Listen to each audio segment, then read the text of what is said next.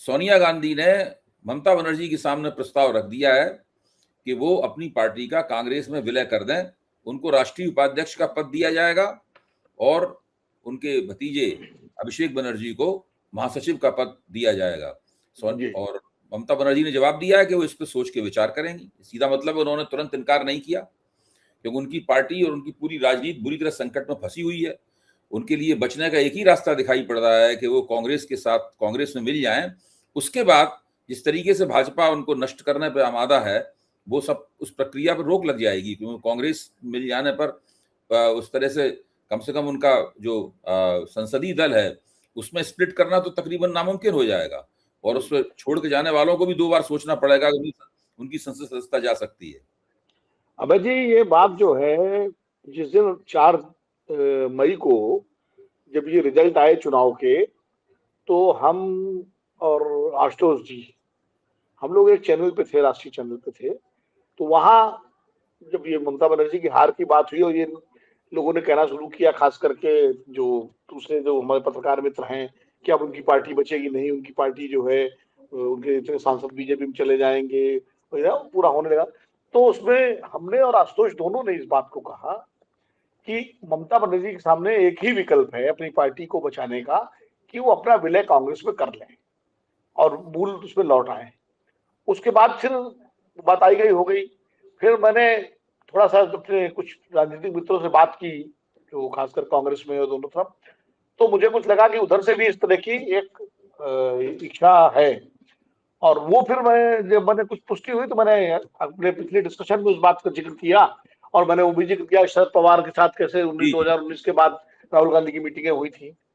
और आपको बताऊं कि जिस अखबार में मैं हूँ, जिससे जुड़ा हुआ हूँ, अमर उजाला, उसमें मेरी एक खबर भी छपी कि ऐसा प्रस्ताव, हालांकि खबर हमारे जो पॉलिटिकल एडिटर हैं राजकिशोर जी, उन्होंने लिखी थी, लेकिन ये इस तरह से ये हो गया। और अगर ये प्रस्ताव आ रहा, और अब देखिए जिस तरह ऐसे ऐसे लोग ममता बनर्जी को छोड़ के जा रहे हैं, अब आप सोचिए, काकोली घोष दस्तीदार तो हमने शुरुआत की, आज वो साइना मुखर्जी भी, क्या नाम उनका, वो जो सुष्मिता मुखर्जी, और नहीं दूसरी एक है ना, वो जो फिल्म स्टार, क्या अभिनेत्री जो बहुत ज्यादा चर्चित रही थी प्रचार में, मैं नाम बोल रहा हूँ उनका, अरे सलोनी है क्या है, या इस तरह कुछ नाम है।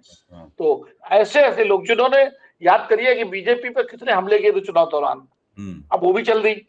सुष्मिता बनर्जी को तो, सुष्मिता देव को तो, सुष्मिता मुखर्जी ने, सुष्मिता देव को तो ममता बनर्जी कांग्रेस से लेके आई थी, लोकसभा से इस्तीफा दिलाया और उनको राज्यसभा में भेजा था, फिर रिपीट किया राज्यसभा उनका। तो अब आप देखिए कि ऐसे ऐसे लोग, शत्रुघ्न सिन्हा का नाम आ रहा है, जो बीजेपी से कांग्रेस में आए और कांग्रेस से तृणमूल में गए, उनका नाम आ रहा है कि वो भी 19-20 सांसदों में शामिल है। तो अब ममता जी को समझ में आ रहा है कि आपने भानुमति का कुनबा तो जोड़ लिया था, लेकिन कितने लोग आपके प्रति वफादार थे, कितने लोग जो है आपसे वो करते थे, आप निष्ठा थी पार्टी के प्रति। तो अब समझ में आ गया ना उनको। तो इसलिए अब उनके सामने भविष्य की जो राजनीति है, क्योंकि अगर वो अकेले बंगाल में रही तो भारतीय जनता पार्टी और खासकर जो वहां का नेतृत्व है स्थानीय, चूंकि सुवेद अधिकारी तो बिल्कुल, वो तो उनके और ममता के तो शत्रुतापूर्ण संबंध है ना, राजनीतिक विरोध नहीं है। वो तो बिल्कुल जैसे होता है कि मिट्टी में मिला देंगे हम एक दूसरे को, उस तरह की राजनीति को है। तो वो किसी भी तरह तृणमूल कांग्रेस को वहां मतलब तृण ही बचेगा, मूल तो पता नहीं कहाँ चला जाएगा। इसलिए अब तृणमूल को मूल में लौटना चाहिए, यही उनके हित में होगा अगर ऐसा वो मान जाती है तो। नहीं, बिल्कुल ठीक कह रहे हैं आप। और इससे एक नई जो परिस्थिति बन रही है, उससे कांग्रेस के जो स्प्लिंटर ग्रुप थे, कांग्रेस के स्थानीय स्तर पर टूट के अलग हो गई, जिससे कांग्रेस कमजोर हुई थी। अगर उनकी वापसी होती है कांग्रेस में, तो निश्चित रूप से उससे कांग्रेस मजबूती होगी, कमजोर तो होगी नहीं। ये सही है कि जगन से भी कुछ बातचीत चल रही है। हाँ, समझौता होगा उनसे, तो जगन से तो वो होगा, तालमेल होगा। देर सवेर वो भी सोच सकते हैं। हाँ, बिल्कुल सोच सकते, क्योंकि परिस्थितियां इस तरह की हैं। हालात, राजनीति तो सिचुएशनल होती है, जो हालात होते हैं उसके हिसाब से राजनीति आगे बढ़ती है।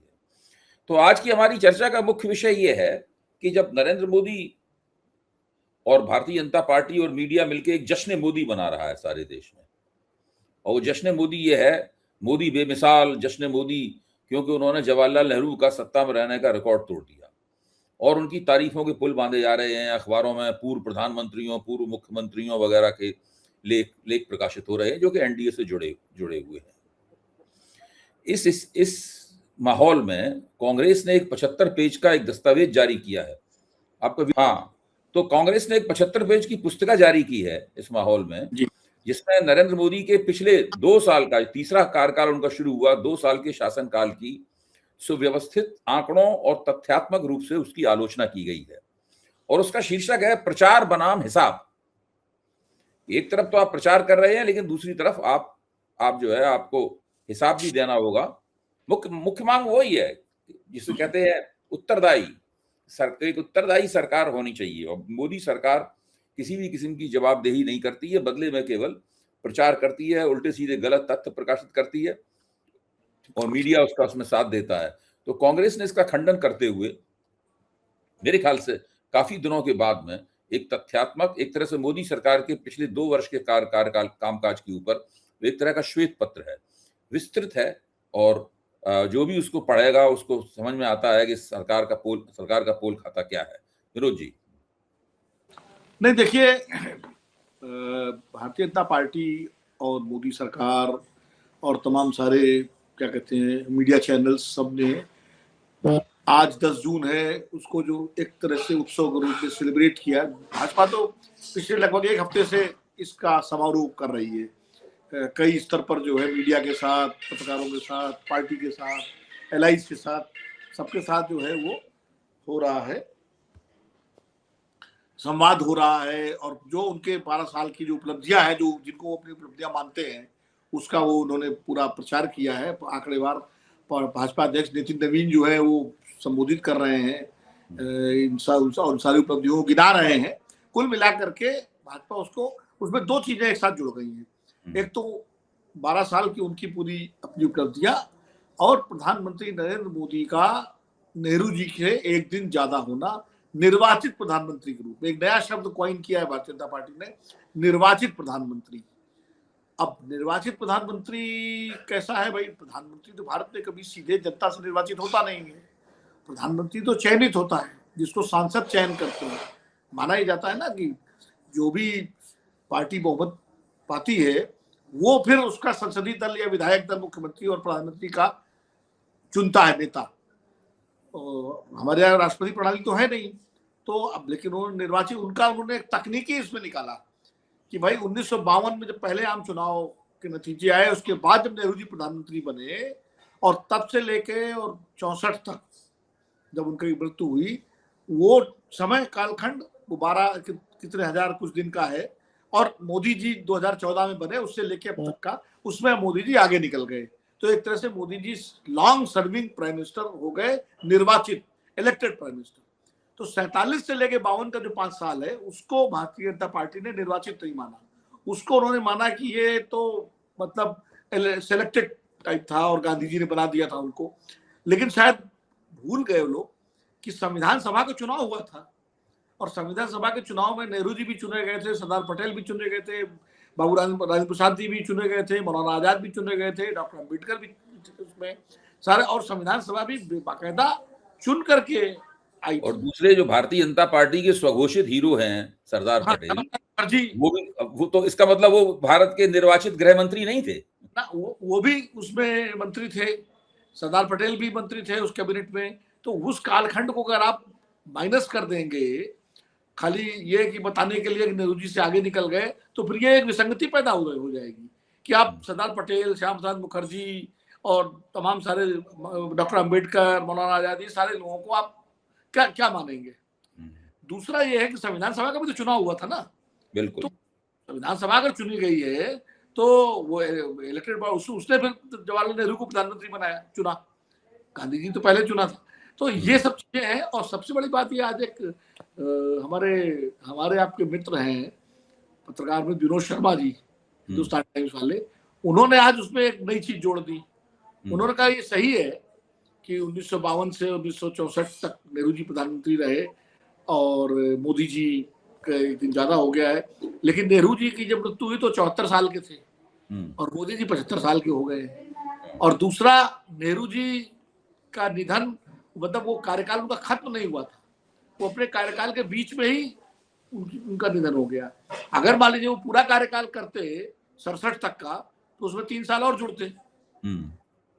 तो और मोदी जी का तो अभी चल रहा है, हम्म, तो एक तरह से उन्होंने कहने का प्रयास किया कि उम्र के हिसाब से और उस हिसाब से नेहरू जी को का समय जो है उसको आप इससे तुलना नहीं कर सकते। हम्म, तो ये अपने अपनी अपने, लेकिन भारतीय जनता इसमें इसके पीछे मूल बात समझिए अमित जी, हम्म, जो मुझे लगता है, जो मेरा अपना विषय है, ये इसकी जरूरत क्यों पड़ी, महत्वपूर्ण ये जरूरत क्यों पड़ी। अभी तो भाई देखिए, अभी तो मोदी जी की सरकार पर कोई संकट नहीं है, 2029 तक तो कोई संकट है नहीं, हम्म, और अगर 2029 कार्यकाल पूरा करते, जो कि अभी लग रहा करेंगे, अभी ऐसा कुछ, और उसके बाद अगर वो ये तुलना की जाती तो बहुत बेहतर होता है कि भाई 15 साल लगातार प्रधानमंत्री रहे, नेहरू जी तो मतलब निर्वाचित रूप से जो है 12 साल रहे, है ना, तो उस हिसाब से तो ज्यादा होता। लेकिन अभी क्यों पड़ी जल्दी, ये आप उसलिए पड़ी कि इस वक्त जो एक वातावरण जो बन गया, एक सरकार की छवि को लेके तमाम सारे कारणों से जो नई चुनौतियां सामने आई सरकार की, जो एक सकारात्मक वातावरण बनाने की कोशिश भारतीय जनता पार्टी लगातार कर रही थी, जो चुनाव जीत रही थी लगातार, हरियाणा, महाराष्ट्र, दिल्ली, बंगाल, तो उसको लग रहा था कि इससे एक जो सकारात्मक जो वातावरण बनना चाहिए, उसने में महंगाई, उसमें अर्थव्यवस्था की जो स्थिति हो गई, रुपया जो जिस तरह से गिरा है, डॉलर के मुकाबले 100 के करीब पहुंच गया, पेट्रोल डीजल की कीमतें, बेरोजगारी का संकट, और तमाम तरह की जो चुनौतियां सामने आ गई, आर्थिक और वैश्विक चुनौतियां, इस युद्ध की वजह से भी, विदेश नीति को लेकर के जिस तरह सवाल उठे और तमाम तरह, तो एक नकारात्मक वातावरण जो बन रहा था, खासकर सोशल मीडिया और तमाम सारे, और फिर ये नीट का पेपर लीक हो गया, फिर ये सीबीएसई का गड़बड़ घोटाला हो गया, नौजवानों में गुस्सा हो गया, कॉकरोच पार्टी बन गई, सब हो गया। तो एक नैरेटिव बदलने की कोशिश भाजपा ने, जो हमेशा करती है मोदी सरकार और भाजपा, कि एक नैरेटिव बदलने के लिए कि भाई आप ये सब छोड़ो, असली बात तो ये है कि देखिए, हम मोदी जी का कार्यकाल, निर्वाचित कार्यकाल नेहरू जी से आगे हो गया, और ये हमारी उपलब्धियां हैं जो 12 साल की सरकार ने की है, इन पर ध्यान दीजिए। उसमें उन्होंने, मेरे पास भी वो सारा उनका आया है, उसमें उन्होंने जनधन योजना और जीवी राम जी और धारा 370 हटाना और राम मंदिर का निर्माण और ट्रिपल तलाक को खत्म करना, ये सारे अपने जो उपलब्धियां हैं उनको उन्होंने कराया।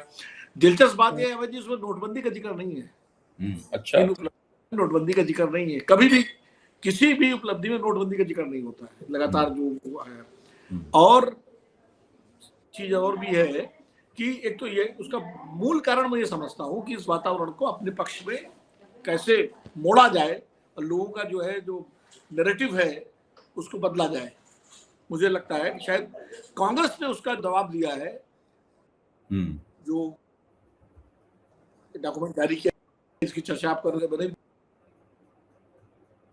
तो मैं कह रहा था कांग्रेस ने जो दस्तावेज जारी किया है एक लंबा चौड़ा, और जिसमें उन्होंने सरकार की कमियां, कमजोरियां और ये विफलताएं उनके हिसाब से जो हैं वो गिनाई है, तो विपक्ष को मुझे लगता है यही करना चाहिए।